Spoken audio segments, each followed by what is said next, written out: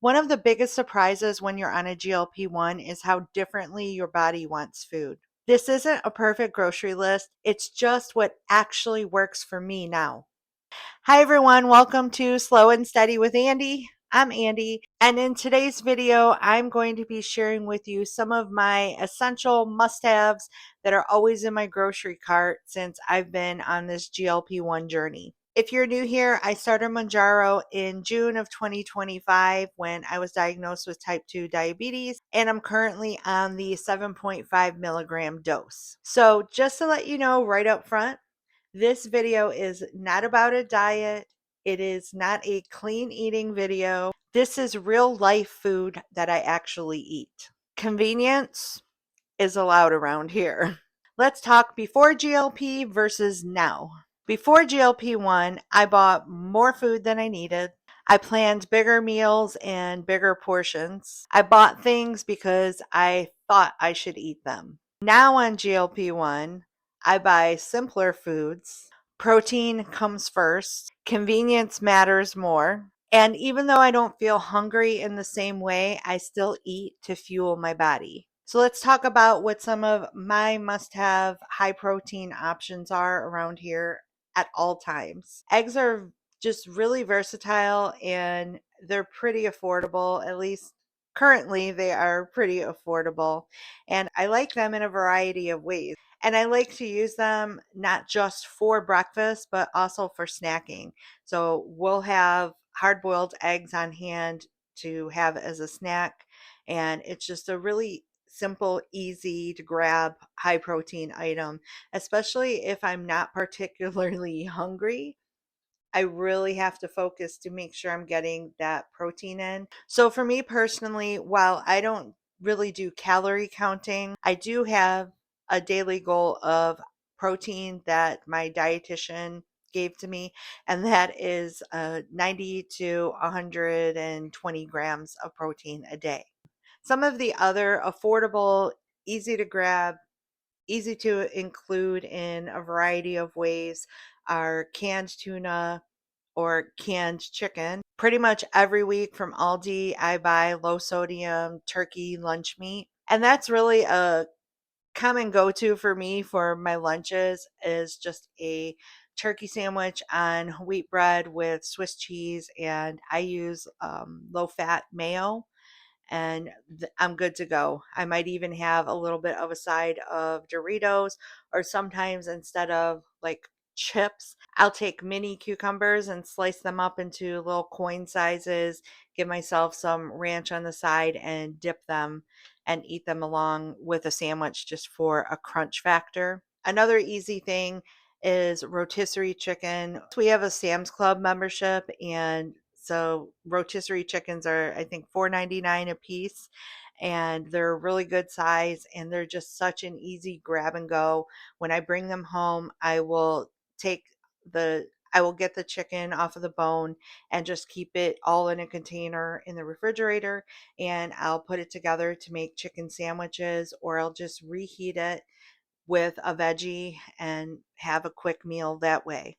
So another thing I get at Sam's Club that's just a really, really good price is a huge bag of Tyson teriyaki chicken. It has really, really good macros. You would think that teriyaki chicken, it's probably loaded with a lot of sugar and carbs, but it's not.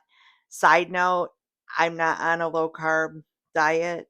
Again, I don't follow any trend diet, anything like that. We'll talk a little bit about that more at the end of this video. I don't want to get off track, which sorry y'all, sometimes I go down a different kind of rabbit hole when I'm making these videos. I try not to, but it does happen. Another must have that Sam's Club has been carrying lately are these real good chicken nugget bites. They are so, so yummy. And these are actually a low carb product. I get them not because they're low carb, but I really love the taste of them. And when you make them in an air fryer, they just come out so, so good. And these chicken bites, I'll either have them on their own. I really like making up the portion that is something I will do is I have a food scale, and so I will measure portions. So I have a general idea of how many calories I'm consuming in a day. I don't count calories anymore unless I'm making something new and I want to know about how many calories that like full meal has, then I will use my Fitness Pal or something like that just to figure out what the calories are, the protein, all that. And because I am just such a creature of habit with what I eat, I repeat eat pretty much every week. I really don't have to keep going to my Fitness Pal to figure out my daily calories. I do stay within 16 to 1800 calories a day, which with my dietitian and doctor, that is the calorie count that we established. Another convenience type of food that I have around are high protein waffles. So out there you can find Kodiak high protein, or even Eggo has high protein waffles now. Personally, I prefer the Eggo high protein waffles. I don't know, I like the way they taste better than the Kodiak ones, and I like the texture of them when I heat them up in the microwave. They just almost feel like more dessert like than the Kodiak waffles. And I tend to use the Eggo waffles when I'm wanting more of a dessert type of breakfast or even a dessert. Another one of my convenience must haves that I have in my fridge at all times, the Oikos Zero Sugar Pro. There is a regular version of this that is, I think, 17 grams, but I try to get the pro variety to get all the extra protein grams that I can. And this one is the vanilla, and it tastes so yummy, so very yummy.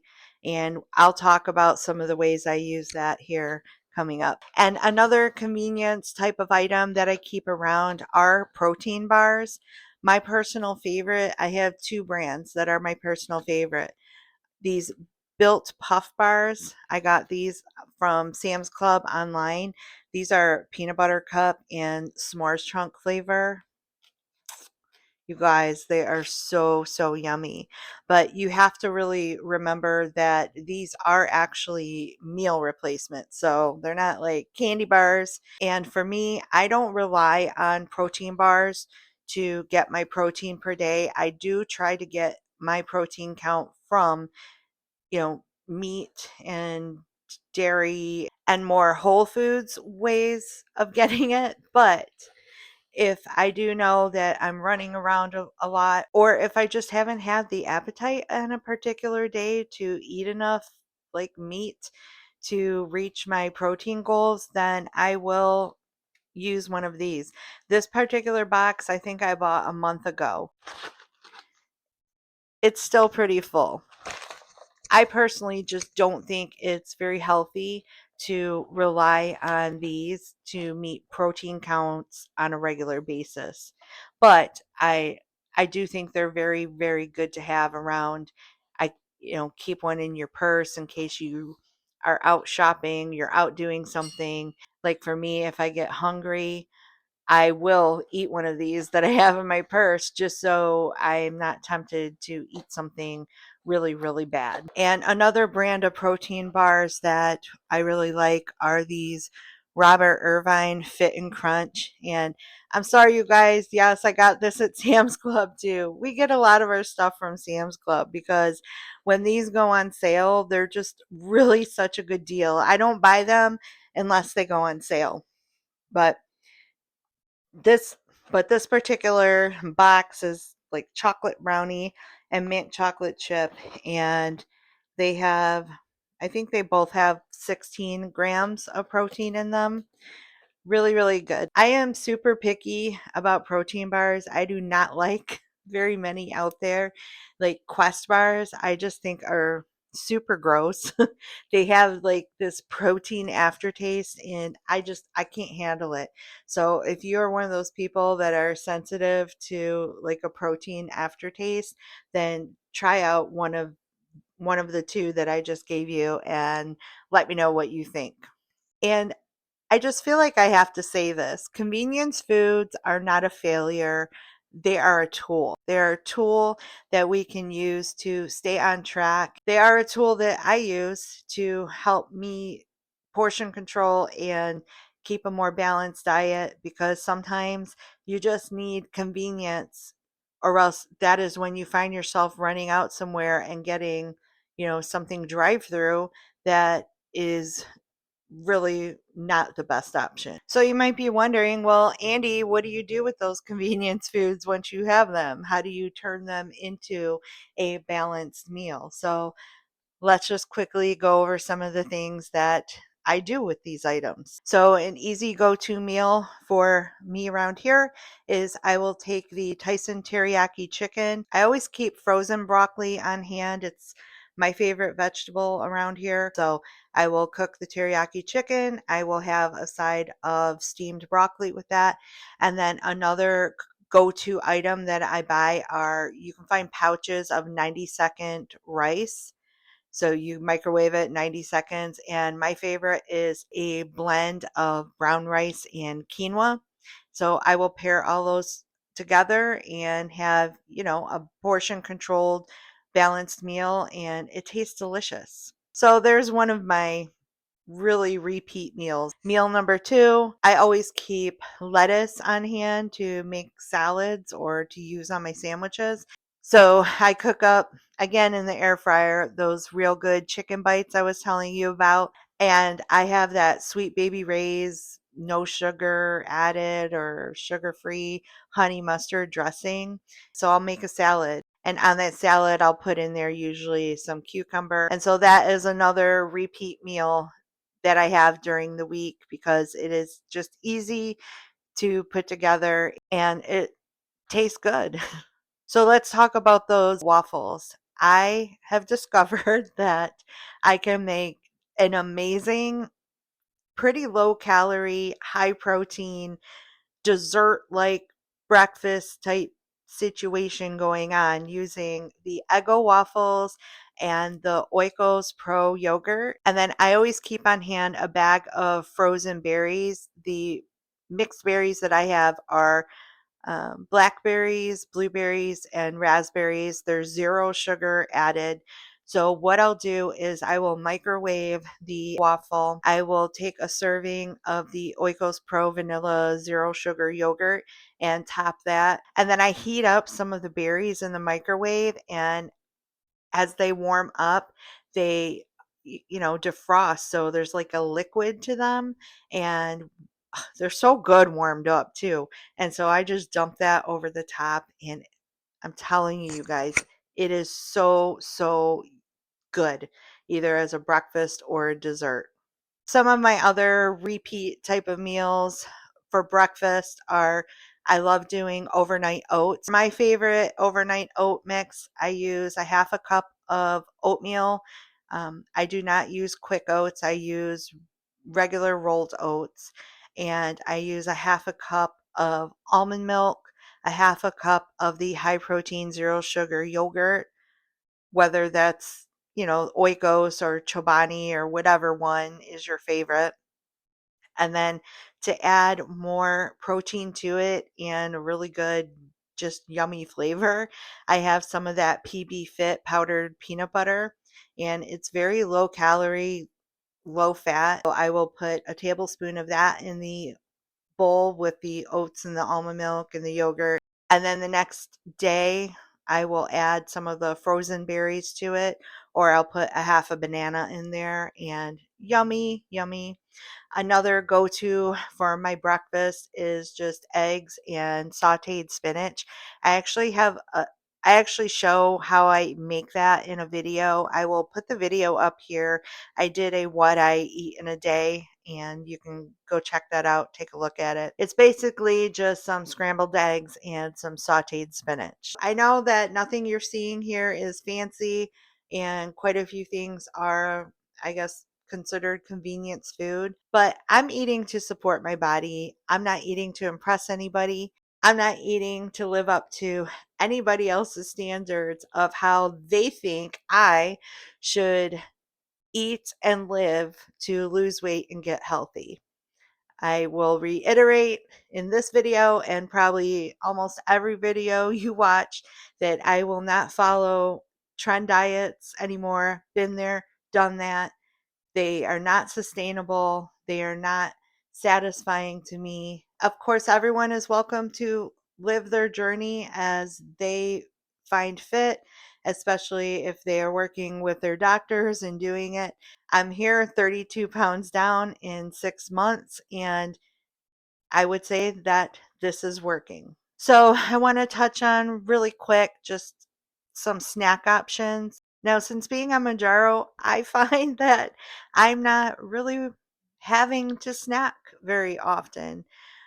Um, I pretty much stay very satisfied from meal to meal, which that's fabulous. The medication is doing what I hoped it would be doing, but sometimes, yes, sometimes I still want a snack. So for me, those snacks are almonds. My favorite are the Blue Diamond white cheddar almonds. If you can find those, try them out. They also used to have the Blue Diamond brand had some ranch almonds last last year, and it was just like a special that flew through Sam's Club, and I haven't seen them since, but I'm really hoping they come out with those. Those are just really yummy. Again, hard boiled eggs make a great snack. We also keep Baby Bell or Swiss cheese around here, and I will have that with maybe some of the almonds. With snacks, you always want to make sure that you are doing portion control on that. So you really want to pay attention to what the serving sizes are on those things.